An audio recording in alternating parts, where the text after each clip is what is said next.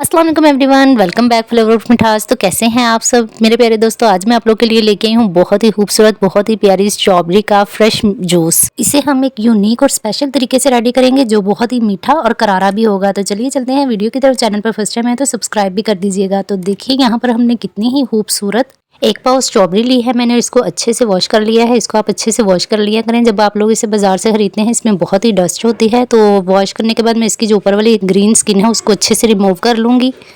आपने इसके ग्रीन पत्तों को रिमूव कर लेना है और इसको कटिंग कर लेने हैं। कटिंग करने के बाद आपने ये जो इंग्रेडिएंट्स हैं वो इसमें ऐड कर लेने हैं। साथ आप लोग इसके स्क्रीनशॉट भी ले सकते हैं। तो चलिए हम लोग ब्लेंडर में से ऐड करते हैं। तो यहाँ पर मैंने स्ट्रॉबेरी को ऐड कर दिया है और हस्बे ज़रूरत इसमें 2 ग्लास मैंने पानी के ऐड किए हैं। और यहाँ पर मेरी आपसे रिक्वेस्ट है कि अगर वीडियो पसंद आए तो वीडियो को अपने दोस्तों के साथ ज़रूर शेयर किया करें। तो अब मैं इसमें ऐड कर रही हूँ काला नमक। 1 टेबल स्पून काला नमक ऐड किया है।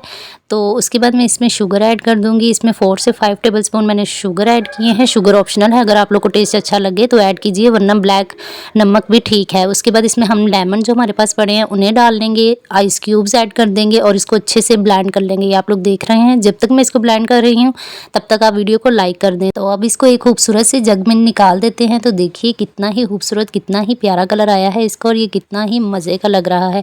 तो हम इसको अब ग्लास में भी ऐड कर लेंगे और जैसे आपका दिल चाहे वैसे आप इसकी गार्निश कर सकते हैं। मैं यहाँ पर लेमन की गार्निश कर रही हूँ जिससे ये कितना ही खूबसूरत लग रहा है। आई होप सो आपको ये वीडियो पसंद आई होगी। गर्मियों के लिए ये बेस्ट रेमेडी है, आप लोग ज़रूर ट्राई कीजिएगा और अपना फीडबैक मेरे साथ ज़रूर शेयर कीजिएगा। लीजिए हमारा फ्रेश जूस विदाउट मिल्क की रेडी है।